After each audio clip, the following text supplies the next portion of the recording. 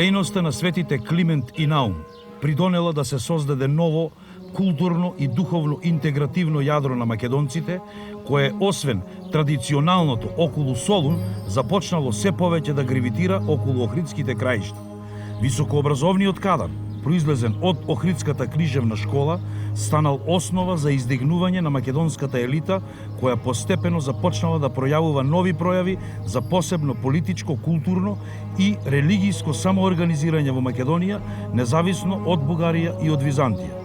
Овој процес се здобил со тенденции за независна политичка, религијска и културна репрезентација на пошироките интереси на македонското население. Било прашање на време само кога ваквите тенденции ќе резултираат со создавање на нова држава во Македонија, која водена од непобедливиот по сила Самуил ќе биде издигната во моќно царство кое половина век ќе доминира на поголем дел од Балканот.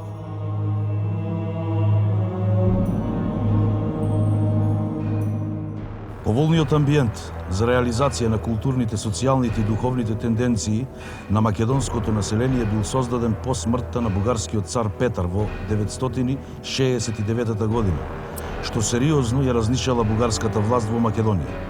На тоа му претходеле неколкугодишни интензивни византиско-бугарски воени пресметки во кои била инволвирана и Киевска Русија. Византискиот император Никифор II преку подкуп го издействувал нападот на рускиот кнез Свјатослав на Бугарија. По разбивањето на бугарската војска летото 968 година, Свјатослав ја обезбедил контролата на просторот на Долен Дунав и соочен со присуството на моќниот руски непријател на своја територија, Петар бил принуден да бара мир и да ги прифати строгите услови на Византија, кои предвидувале разрешување на Петар и негова замена со синот Борис. Петар се повлекол во манастир, каде во јануари 969 година го затекнала смртта. Комплексната воено-политичка состојба во која се нашла Бугарија по смртта на Петар била искористена од страна на синовите на кнезот Никола, комитопулите Давид, Мојсеј, Арон и Самуил, за мобилизирање на населението во Македонија. Комитопулите застанале начело на востанието против бугарската власт во 969 година, кое резултирало со создавање посебна и независна средновековна држава во Македонија. Горе комета го палеше вселенскиот етар, додека долу комитот со оган го пустошеше западот. Таа ѕвезда, предзнак на сегашната темнина, беше совладана од утринската ѕвезда, а тој, комитот, беше запален со залезот на Никифор. Овој страотен виор, создаден од злиот дух, се потпали. Каде е страшниот глас на твојата сила, водачу на непобедливиот Рим? Императоре, по природата твоја, победоносен, подигни се малку од гробот. Рикни лаву и научи ги лисиците да се повлечат во дупките. Јован Геометар за комитопулот. Поемата на Јован Геометар илустративно го прикажува востанието во Македонија кое се случило во време на заоѓањето на императорот Никифор, односно неговата смрт која настапила во декември 969 година. Во поемата воедно се упатува на моќното воздигнување на комитопулот Самуил, а со тоа и на новата држава во Македонија.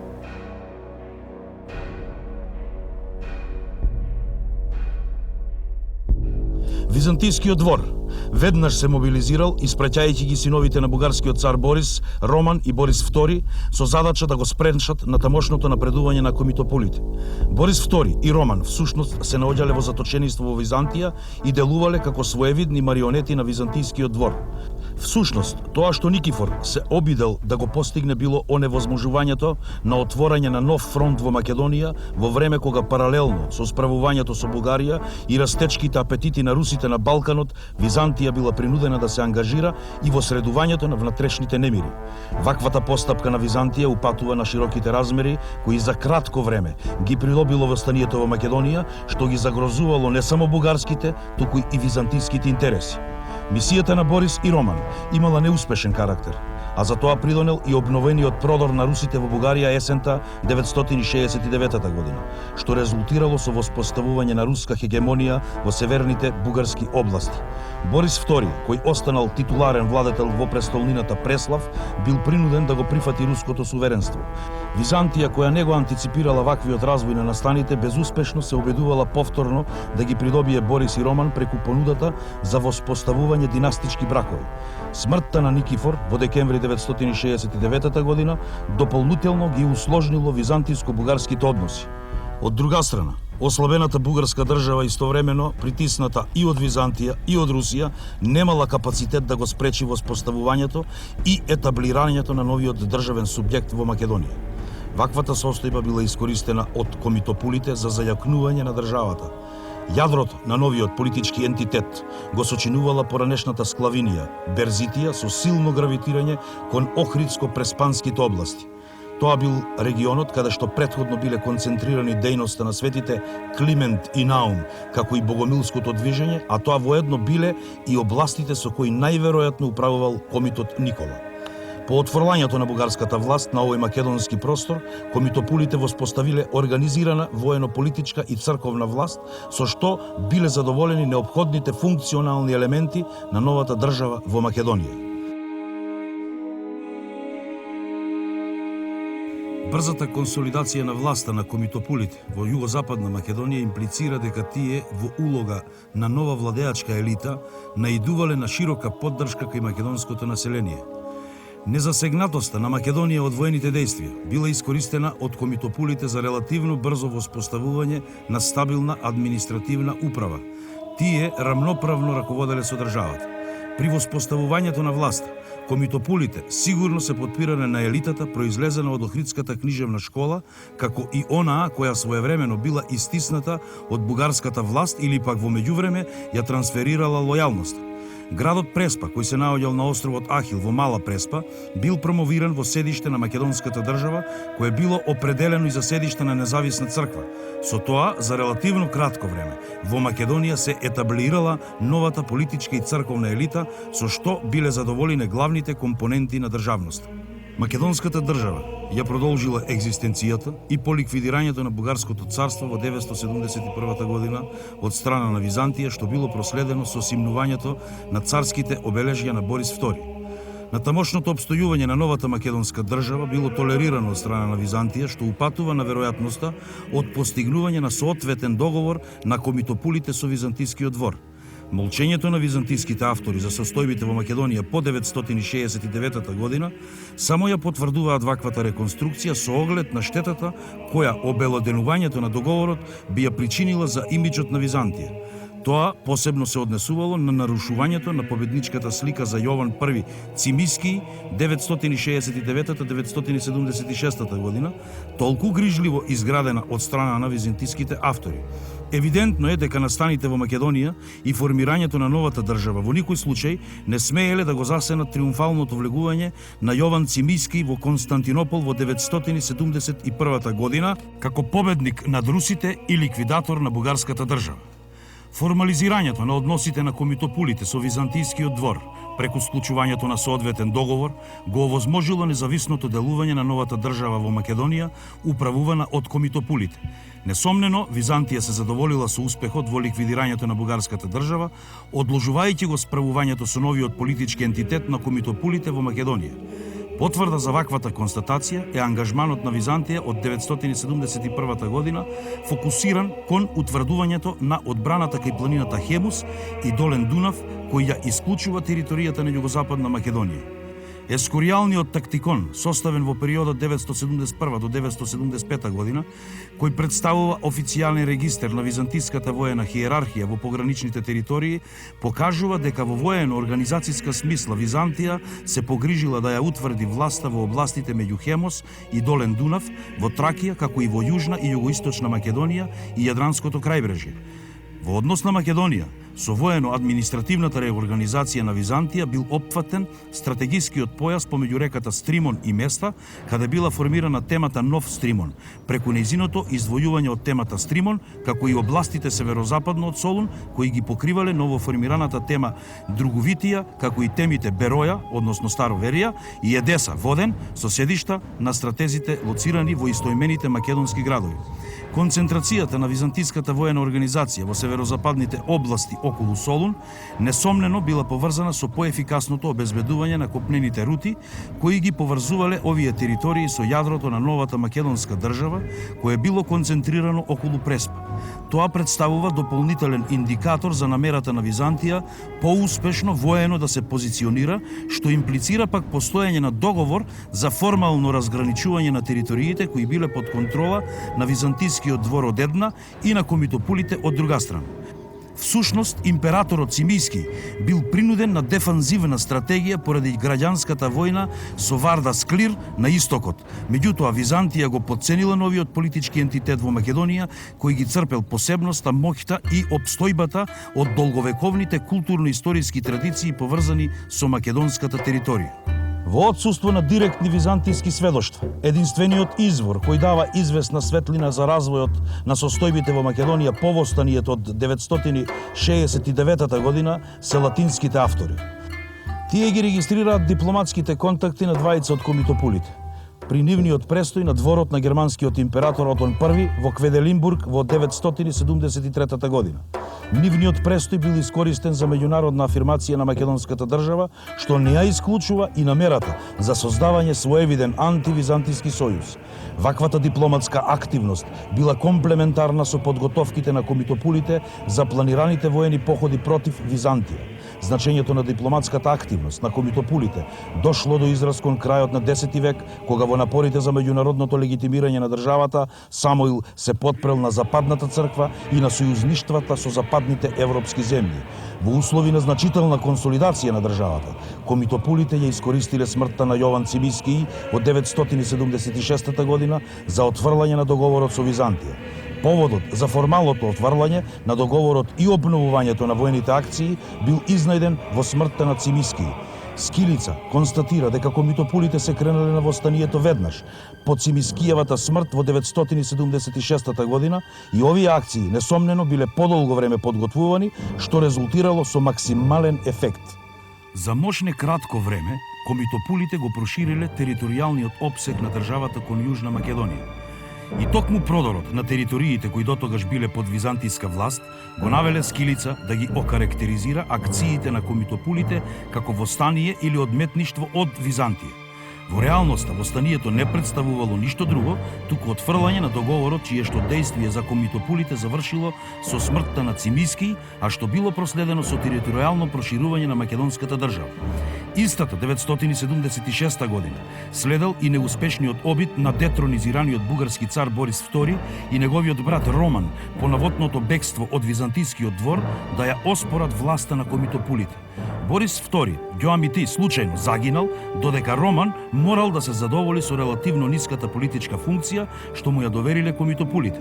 Роман секако бил погодна личност за комитополите од аспект на неговото искористување за подоцнежните експанзионистички планови при освојувањето на бугарските територии. Тоа представувало своевидно копирање на византиската политика во искористувањето на некогашните представници на бугарското царско семејство, но не подразбирало и намера за повикување на бугарските традиции во легитимирањето на неприкосновената позиција на комитополите во Македонија. Годината 976 се покажала трагична за семејството на комитополите. Давид несреќно загинал во близина на Преспа во пресметката со Влас и скитници, додека Мојсеј загинал во судирот со византијците при опсадата на Серес. Во 976 година или во 987-88 година следел меѓудинестичкиот судир помеѓу Самуил и Арон, испровоциран од Ароновото приклонување кон Византија за преземање на раководната власт во државата.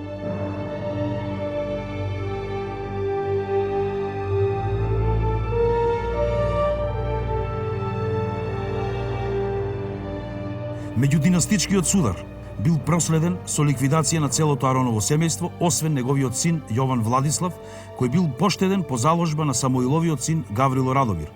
Иронично, ваквата благородна постапка на Гаврил Радомир подоцна ќе го чини неговиот живот и тоа лично од рацете на Јован Владислав.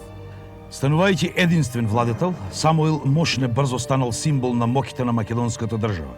И за само 2 децении тој ќе успее да ја претвори државата во ново, многу моќно царство на Балканот, на кое единствено ќе може да му парира Византија. Тоа ќе го испровоцира жестокиот судир на Самуил со византискиот император Василий II, кој ќе добие легендарни димензии. Самуил во византиските извори е представен како воинствен човек кој никогаш не знаел да мирува. Тој ја заснувал моќта на државата врз основа на изградената мрежа на тврдини, кои представувале и средиште на поголема област. Со нив управувале блиски луѓе на Самуил, како и личности со претходно стекнат авторитет меѓу населението. На тој начин, постепено се етаблирала новата македонска елита, која заедно со политичкиот и црковниот естаблишмент, концентриран во Преспа, го сочинувале костурот на македонската држава. Солидно изградениот воено-управен систем му овозможил на Самуил да започне со проширување на територијалниот опсег на државата, приоритетно фокусиран кон воспоставувањето на власта на целата територија на Македонија.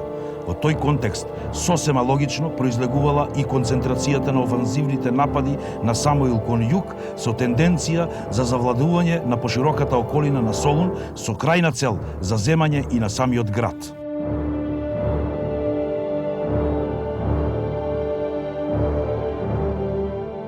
Во рамките на обсежната воена офанзива, која главно се одвивала на македонската територија, Самуил во 985 година продрал и во Тесалија заземајќи го градот Лариса. Значителна надмоќ на Самуиловата војска го принудила стратегот на Елада за предавање на градот. Голем број семејства од Лариса и околните области на Тесалија биле преселени во внатрешноста на Македонија и биле мобилизирани како војници и користени како сојузници против Византија. Ваквата стратегија на Самуил му овозможила дополнително јакнење на воената моќ и на одбраната на државата, посебно во околината на Преспа. Од Лариса во Преспа биле пренесени и моштите на Свети Ахил, со што Самуил ја навестил интенцијата за легитимирање на независната македонска црква заснована на ранохристијанските и светоклиментовите традиции. Сето тоа било во насока на промовирање на Преспанско-Охридскиот регион во политичко, културно и религиско средиште на Балканот. Опсегот на воените активности на Самуил, кои резултирале со заземање на Лариса, го алармирале императорот Василий II да посвети посериозно внимание на новата балканска држава. По успехот во справувањето со граѓанската војна, Василий II во 986 година веднаш го презали првиот поход воден од силната желба да им се освети за стореното и во еден потек да ги отстрани. Меѓутоа Василий се излажал во неговите проценки. Неуспехот во опсадата на Сердика, денешна Софија, бил проследен со понижувачки пораз во тесницот кај Тројанова порта, кога бил запленет и самиот императорски шатор заедно со инсигниите. Лав Џакон, како очевидец на настаните, во детаљи ја опишува битката. Мизите, македонската војска ги нападна аромеите, византиската војска. Убија мноштво луѓе, го запленија императорскиот шатор и ја заробија целата комора. Тогаш и јас, кој оплакувајќи го опишувам ова на своја несреќа, се наоѓав таму, следејќи го мојот владетел и вршејќи ја должноста на џакон. Преостанатата војска едва се извлече од гонењето на мизите и откако ја изгуби речи се целата коњица и багажот кој го носеше со себе, се врати во византиските предели. Лав Џакон, историја. Победата во првиот директен судир со Василий II била искористена за натамошно продирање на бугарска територија, што него исклучува и освојувањето на поранешната бугарска престолнина Преслав. Самуил не им посветувал поголемо значење на бугарските територии, третирајќи ги претежно од воено-стратешки контекст во функција на заштита на територијата на Македонија како државно јадро. Во таа насока може да се објасни и стратешкиот маневар на Самуил при позиционирањето во одбраната на Сердика, бидејќи оттаму, преку планинските тесници, се отворал патот кон Македонија. Реконструкцијата на Самуиловата воено-стратегиска позиција покажува дека таа примарно била фокусирана кон заштитата на Македонија, што се манифестирало и преку приоритетната воено-политичка агенда за интегрирање на сите македонски територии, што го вклучувало и главниот македонски град Солун. Доследното придржување кон Македонија како основа на политичката и воената концепција во текот на наредните години резултирало со натамошните офанзивни кампањи на Самуил, кои биле концентрирани кон Солун. Во летото 989 година следел воениот успех со преземањето на македонските градови Верија и Сервија. Наредните 3 години до 991 година Самуил веќе имал освоено поголем дел од македонската територија, опасно приближувајќи се до градот Солун. Губењето на позициите во зоната на стратегиските македонски градови околу Солун, како и во Тесалија, го испровоцирало новиот поход на Василий II во 991 година и пристигнувањето на Василий II во Солун било проследено со религиска процесија во оддавањето благодарност на Свети Димитрија. Со ваквата постапка, Василий II испратил символична порака до Самуил дека Византија со сите сили ќе го штити Солун. Меѓутоа, Василий II бил принуден да продолжи со дефанзивната стратегија концентрирана на утврдувањето на позициите околу Солун. Тоа ја илустрира немоќта на Василий II за посериозно воено соочување со Самуиловата војска. Повторното актуализирање на источниот проблем со арабјаните го предизвикало повлекувањето на Василий II од Македонија во 995 година. Ваквиот развој на настаните го искористил Самуил за реализирање на долго подготвуваните планови за освојување на главниот македонски град Солун. Тој претходно успеал да ја обезбеди контролата на Драч преку воспоставувањето сојузнички односи со авторитетниот водечки човек во градот Јован Хризел, кои биле формализирани со венчавката на Самуил со Хризеловата ќерка Агата. Со тоа Самуил се осигурил од евентуални византиски напади од запад, што било неопходно од аспект на плановите за преземање на посеопфатна воена акција за освојување на Солун. Изборот на воената тактика на Самуил со испраќање на мал воен одред како предводница до самите ѕидини на Солун, а пак додека главнината на војската била позиционирана во заседа, го постигнало посакуваниот резултат. Самуил ја покрена војската против Солун, а останатата војска ја распореди по скриени места и заседи и испрати еден мал одред да продре до самиот Солун. Јован Скилица, синопсис на историјата.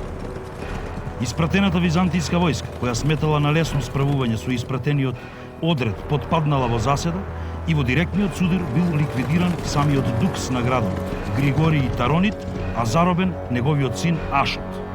Непосредната загрозеност на Солун дополнително била зголемена со оглед дека во изворите е регистрирано дека дел од солунската елита била наклонета кон Самуил. Тоа сериозно го алармирало Василий II, кој итно го испратил во Солун главниот командант на војските на западот Никифор Уран. Неговото приближување кон Солун веројатно била причина Самуил да ги пренасочи освојувањата кон Пелопонес, при тоа подложувајќи ги на опустошување Тесалија, Беотија, Атика и Коринт. Продорот на Самуил предизвикал голема паника меѓу населението на Елада и на Пелопонес, што нашло одрази и во изворните сведоштва, кои го илустрираат поголемиот страв меѓу населението. Во меѓувреме, византијската војска предводена од Никифор Уран директно се насочила во пресрет на Самуил, кој пак се враќал од успешниот поход на Пелопонес. Неочекуваниот воен маневар на Уран, со ненадејното преминување на надојената река Сперхеј во Тесалија, целосно ги затекнала Самуиловите војници на спиење. Користејќи го изненадувачкиот ефект на византиската војска, не е било тешко целосно да ја разбие македонската војска кај реката Сперхеј. Крвавиот судир се случил есента 996 година. Тоа бил прв пораз за Самуил, кој резултирал со 12.000 жртви во редовите на неговата огромна војска. И огромна војска беше убиена, бидејќи никој не се осуди, ниту да се обиде да се брани, а со длабоки рани се здобија самиот Самуил и неговиот син Радомир. Тие би биле заробени, да не лежеле измешани со мртвите како убиени, за да по папаѓањето на ноќта скришно пребегале преку планината Пинд во Македонија. Јован Скилица, синопсис на историјата. Ваквиот исход не се одразил посериозно врз моќта на македонската држава и на низината воена ефикасност. Сепак истиот довел до јакнење на византиските позиции во околината на Солун, како и во дел од Тесалија и Пелопонес. Соочувањето со концентрацијата на воената одбрана на Византија во регионот околу Солун го принудила Самуил да се откаже од плановите за освојување на овој македонски град. И наместо тоа, Самуил од 997 година ја пренасочил новата офанзивна воена кампања кон Западен Балкан. Ваквата одлука на Самуил била предодредена и од претходно обезбедената контрола врз стратегиското пристаниште Драч, каде како управник го испратил Ашот Таронит, доскорашниот заробеник, кој во меѓувреме му станал зет за неговата ќерка Мирослава. Меѓутоа, нелојалноста кај Ашот мошне брзо дошла до израз, бидејќи тој пребегал во Византија, носејќи писмо од Јован Хризел за подготвеност за предавање на градот. Свртувањето на Хризел сепак повеќе било од тактичка природа, бидејќи формалното предавање на Драч на Византија ќе се случи малку покасно, во почетокот на 11-тиот век. Епизодата со Хризел ја потврдува променливоста во лојалноста од страна на водечките луѓе во тоа време, која зависела од проценката на моменталните воени услови и личните интереси. Впрочем, власта на Самуил се засновала на поддршката на елитата, на која им било доверено управувањето и одбраната на градовите и околните тврдини. Нивната лојалност подоцна ќе се покаже како клучна при конечната пресметка на Василий II со македонската држава. Податокот во врска со Драч воедно е и последен кој е регистриран во византиските извори во врска со Самуиловата држава се до почетокот на 11-тиот век. Во вакви услови реконструкцијата на настаните во врска со Самуиловите освојувања во Западен Балкан се заснова на летописот на поп Дуклјанин. Од сведоштвата на попот Дуклјанин, кој пишувал од сосема поинаква перспектива од византиските автори, се дознава дека моќта на Самуиловата војска најпрво ја почувствувала Дуклја, што резултирало со заробување на дуклјанскиот владетел Владимир. Романтичниот расказ со заљубувањето на Самуиловата ќерка Косара во заробеникот Владимир во Македонија завршил со нивна женитба, пошто следело повторно испраќање на Владимир за владетел во Дуклја, каде тој ја манифестирал својата лојалност како зет на Самуил.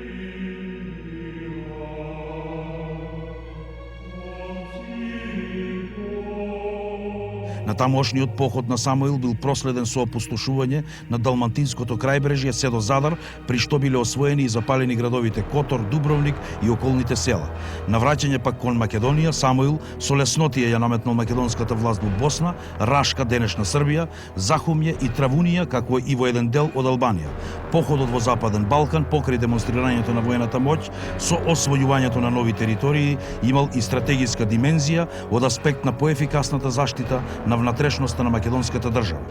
Кон самиот крај на 10-тиот век, непобедливиот по сила Самуил, освен сувереното владење со државното јадро концентрирано во поголемиот дел од Македонија, но без Солон, контролирал и дел од Бугарија, дел од Тесалија, дел од Албанија, со Драч, поголем дел од Далмација, Дуклја, Травунија, Рашка, денешна Србија.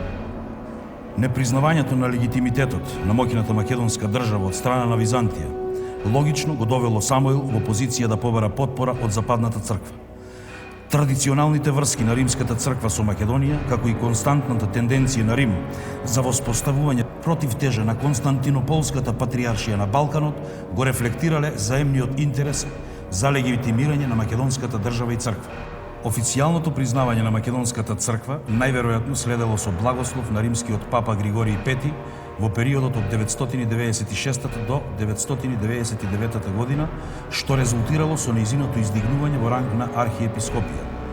Истовремено, спроведен бил и чинот на кронисување на Самуил за цар во црквата Свети Ахил во Преспа, најверојатно од поглаварот на Преспанската архиепископија Герман, односно Гаврил, во присуство на папските легати, политиката и црковната елита.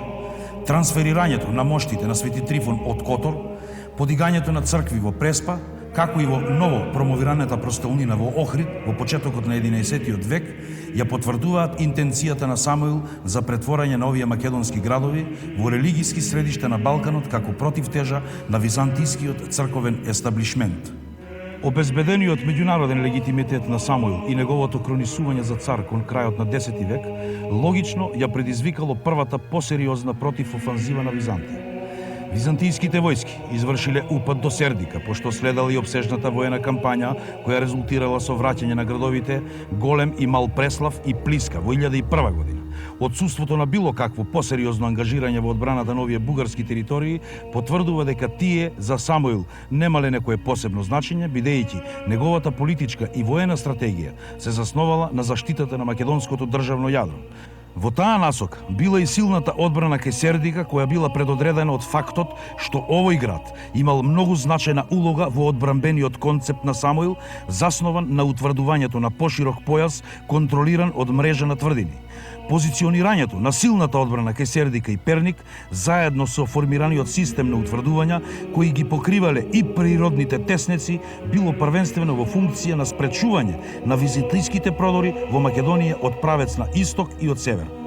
Но, Ваквата проценка секако ја имал предвид и Василий II, што го предодредило фокусот на неговата следна експресна кампања во текот на 1001 година насочена кон разбивање на утврдените позиции на Самуил на македонска територија.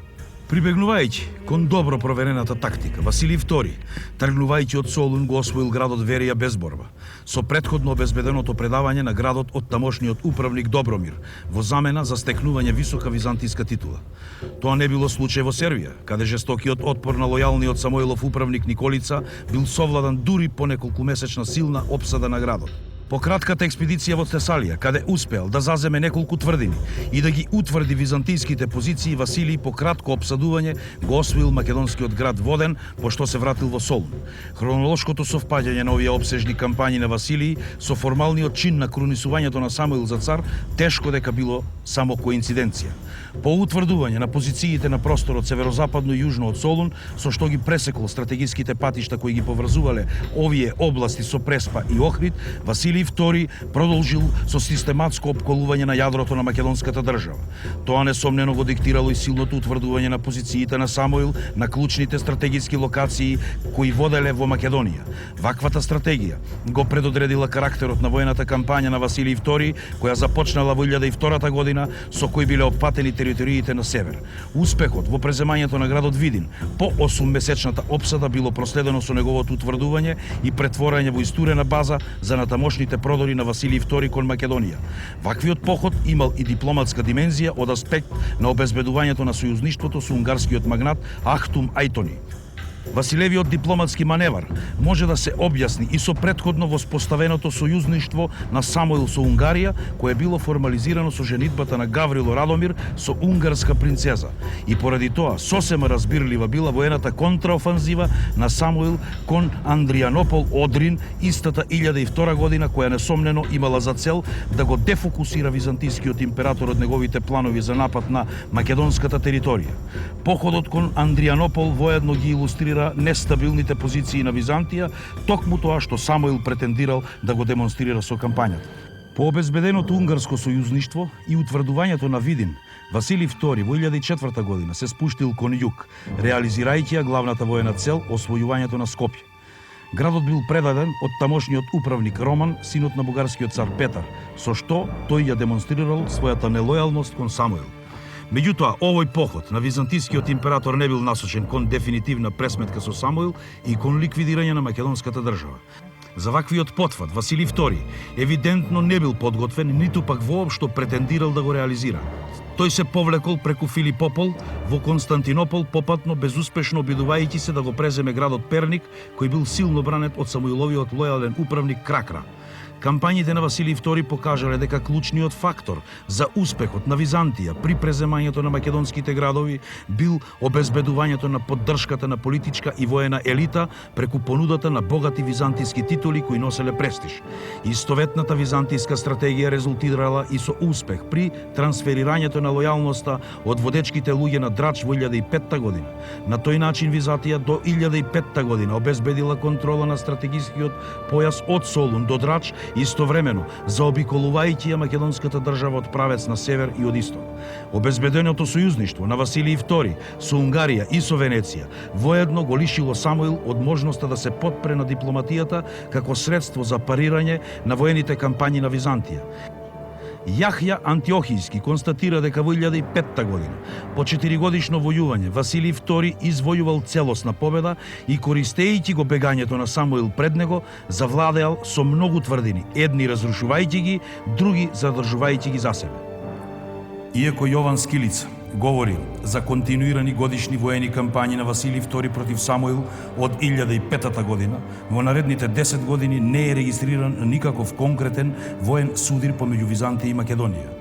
Ваквата состојба покажува дека Самуил и Василий II всушност се задоволиле со постојаниот статус-кво, што веројатно било санкционирано со склучувањето на 10-годишен мировен договор со кој Византија индиректно ја признала независноста на македонската држава.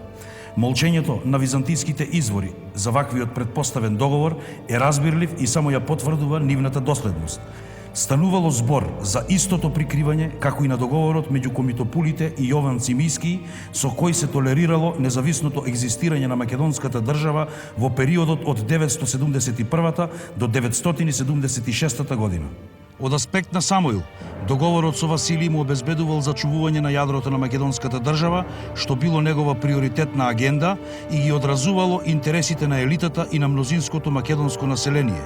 Во таа насока, пренасувањето на седиштето на престолнината од Преспа во Охрид, што уследило во почетокот на 10-тиот век, меѓу другото било инспирирано од политичката тенденција на Самуил за воспоставување поефикасна управа преку директното поврзување со Свети Климентовите традиции.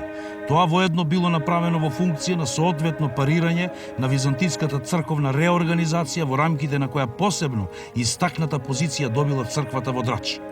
Ваквиот чекор бил неопходен и во функција на јакнење на внатрешно-политичката позиција на Самуил, која била сериозно нарушена по серијата порази од Византија кои биле проследени со откажувањето на лојалноста кај дел од македонската елита. И оттаму прифаќањето на договорот со Византија му го обезбедувало неопходното време на Самуил за стабилизирање на сопствената позиција како и на државата во целина.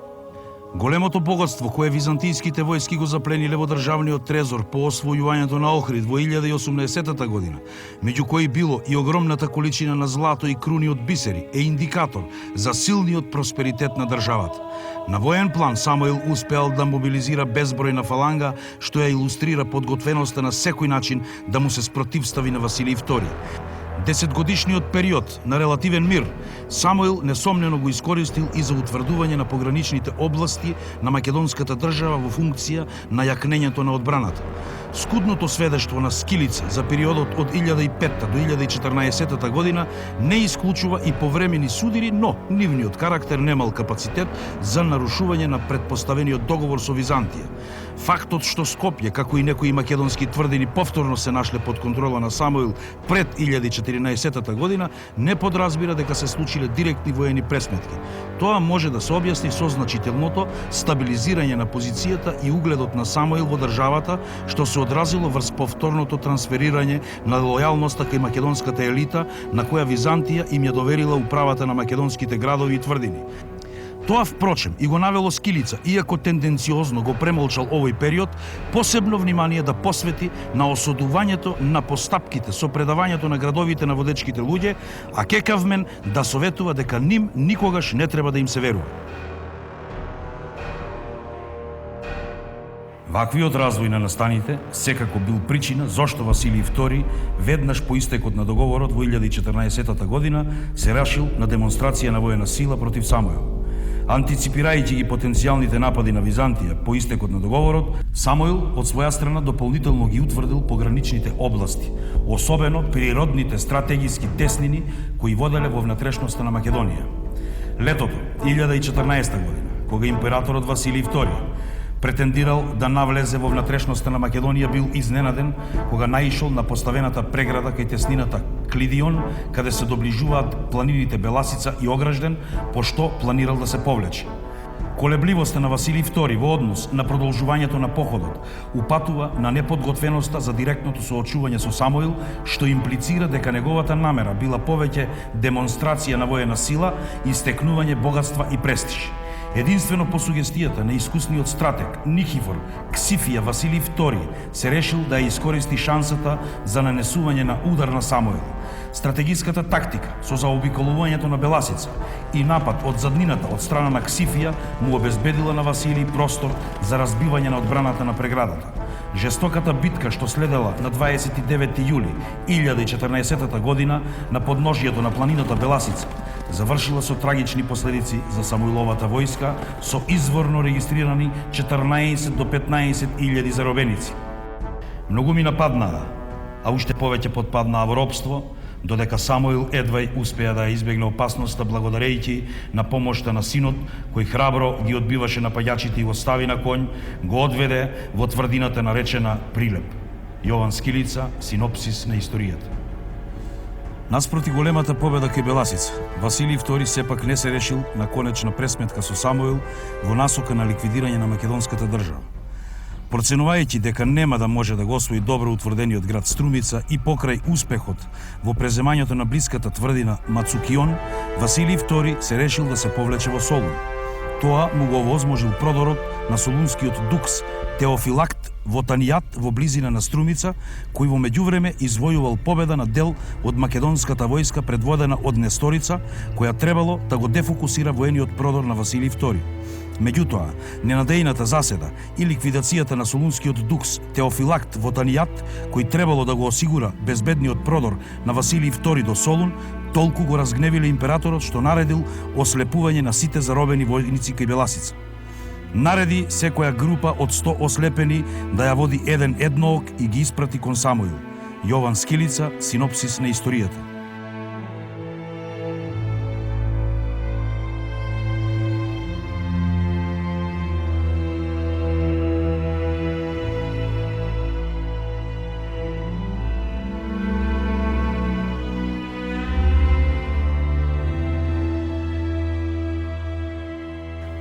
Овој незапамтен суров чин се одрозил на легендарниот карактер на Беласичката битка, меморирана во византиските извори и во преданијата и топонимијата на Струмичкиот крај.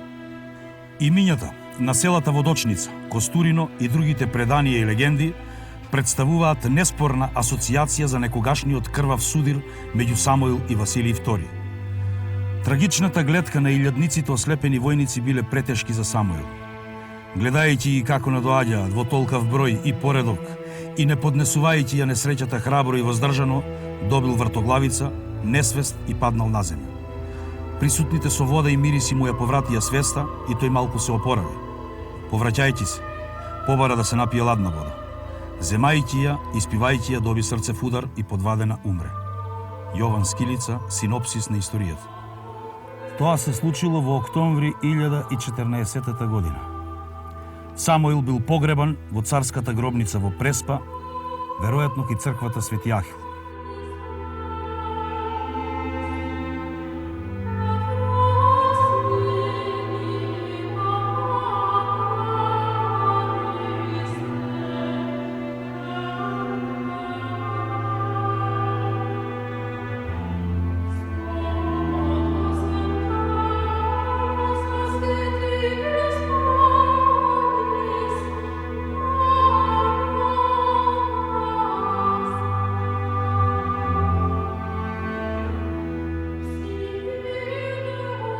Смртта на Самуил ја оставило македонската држава без исклучителен воен стратег и личност, што повеќе децении го символизирала низиното единство. Десеткувањето на воената моќ по Беласичката битка, како и пројавеното неединство во редовите на македонската династија и елита, ја предизвикале постепената фрагментација на државата. Самуиловата смрт несомнено представувала пресвртен момент во стратегијата на Василий II, што се манифестирало и со неговата решеност за дефинитивно ставање крај на македонската држава. Меѓутоа, набрзо станало известно дека воениот конфликт бил далеку од својот крај.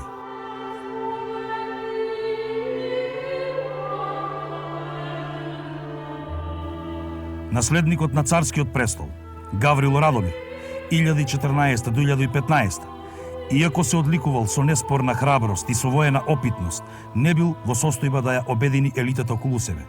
Затоа придонело и веројатното оспорување на титулата од неговиот братучет Јован Владислав, кој внел раздор меѓу македонската елита. Личниот анимозитет во царската династија мош неумешно го искористила византиската дипломатија преку директната поддршка на Јован Владислав во плановите за преземањето на престолот. Поп Дуклјанин го обвинува Василий II за директна вмешаност во убедувањето на Владислав да го ликвидира Гаврил Радомир. Оттаму не е случајно што прв на удар од воениот поход на Василий II против Гаврил Радомир се нашол царскиот дворец во Битола, чие што запалување требало дополнително да ја ослабне неговата позиција меѓу македонската елита. Тоа му овозможило на Василий II систематско преземање на главните македонски упоришта во југозападна Македонија. Лесното преземање на Прилеп и Штип, кое истовремено го извеле византиските војски, покажува дека Гаврил Радомир имал сериозни потешкотии во консолидирањето на македонската држава по смртта на Самуил.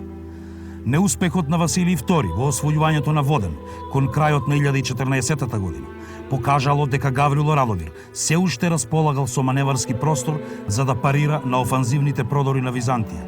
Пресудно во овие критични моменти за Гаврило Радомир било одржувањето на лојалноста меѓу елитата, од што зависела и контролата и одбраната на македонските градови. Токму во таа насока бил и ангажманот на Византија во разбивањето на низиното единство. Сепак Василий II не бил во состојба да зададе дефинитивен удар на македонската држава, што ја предодредило тактиката на етапни освојувања со издејствување предавање на градовите.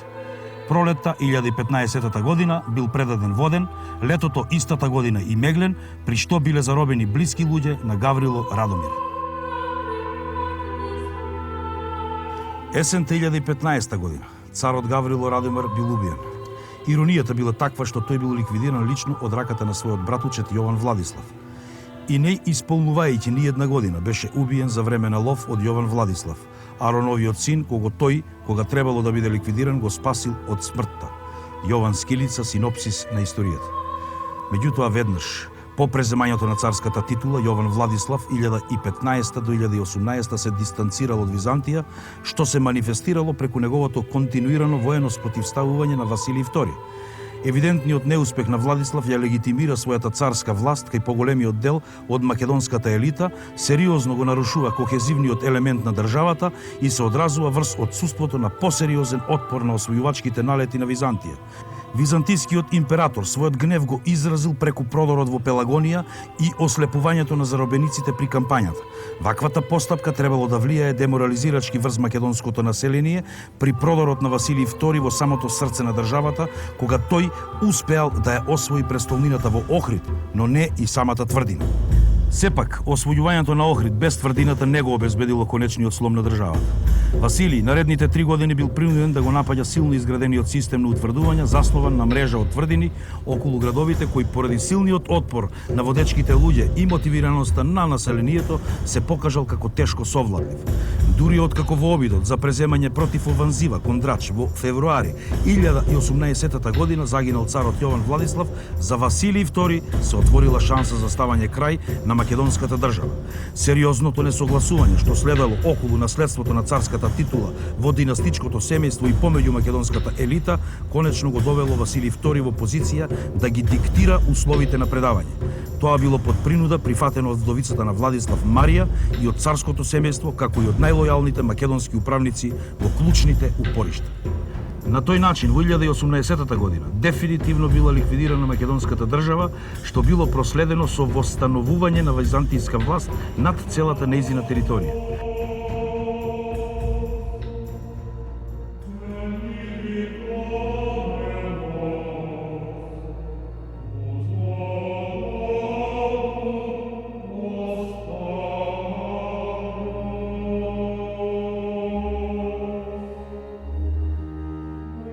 Начинот на кој била освоена македонската држава ја илустрира доследната ориентација на Василий II во применувањето на политиката која представувала комбинација од воена сила, дипломатија и внесување раздор меѓу елитата. Византиските автори се погрижиле да го возвеличат триумфот на Василий II, што подоцна придобило и легендарна димензија. Присутните легенди во македонските краишта од своја страна сведочат за белегот кој големите жртви, посебно кај Беласица, го оставиле кај населението. Ваквата меморија дошла до израз во 11-тиот век, кога македонското население широко ги поддржало востанијата против византиската власт, кои ги воделе луѓе со потекло од Самоиловата царска династија. Директен резултат од создавањето и полувековното екзистирање на средновековната држава во Македонија било заокружувањето на посебните културно-историски процеси што се одвивале во продолжение на повеќе векови на македонскиот простор, кои резултирале со генерацијско интегрирање на македонските и словенските традиции во единствен етнички идентитет, именуван и асоциран со територијата на Македонија, а репрезентиран од новата царска династија, политичка и црковна елита. Друго е прашањето што овој процес тенденциозно бил негиран и игнориран од Византија, која монополизирајќи го терминот Македонија и македонци, ја лишило новосоздадената држава во Македонија и населението од македонската терминолошка идентификација во византијска документација. Причините за ваквата тенденција имаат подлабоки корени и поширока димензија. имено формирањето на Византиската династија во 867 година од страна на императорот Василий I, кој потекнувал од темата Македонија, лоцирана во Западна Тракија, било преследено со постепено креирање на нова византиска идеологија, која се засновала меѓу другото и на креираната идентитетска представа за директна поврзаност на династијата со името Македонија и македонци. Како резултат на тоа, оваа византиска династија, која најдолго владеела со Византија, станала препознатлива како македонска, а нејзините императори како македонци. Ваквата состојба влијаело новата држава, која била создадена во Македонија во 969 година, во византиската документација едноставно да биде изземена од македонска терминолошка идентификација. Ваквата тенденција е разбирлива ако се земе предвид дека императорите од византиската династија се идентификувале и представувале како македонци. Тоа ја правело неможна диференцијацијата на државата и непријателите на Византија во Македонија со истоветна топонимска и етнонимска терминолошка идентификација. Ваквиот комплексен низ на фактори довело до тоа повеќевековниот посебен процес на културна, духовна и социјална мобилизација во Македонија, кој бил заокружен со формирањето на државата во средината на 10-тиот век во византиските извори, механички да биде лишен од македонска терминологија и интерпретиран со општите етноними – мизи, скити, бугари или варвари. Тоа пак покажува дека судирот помеѓу двете најмоќни династии на Балканот во тоа време, символизиран преку Самуил и Василий II, покрај освојувањето на територијата на Македонија, имал и друга димензија – самото име Македонија и македонци.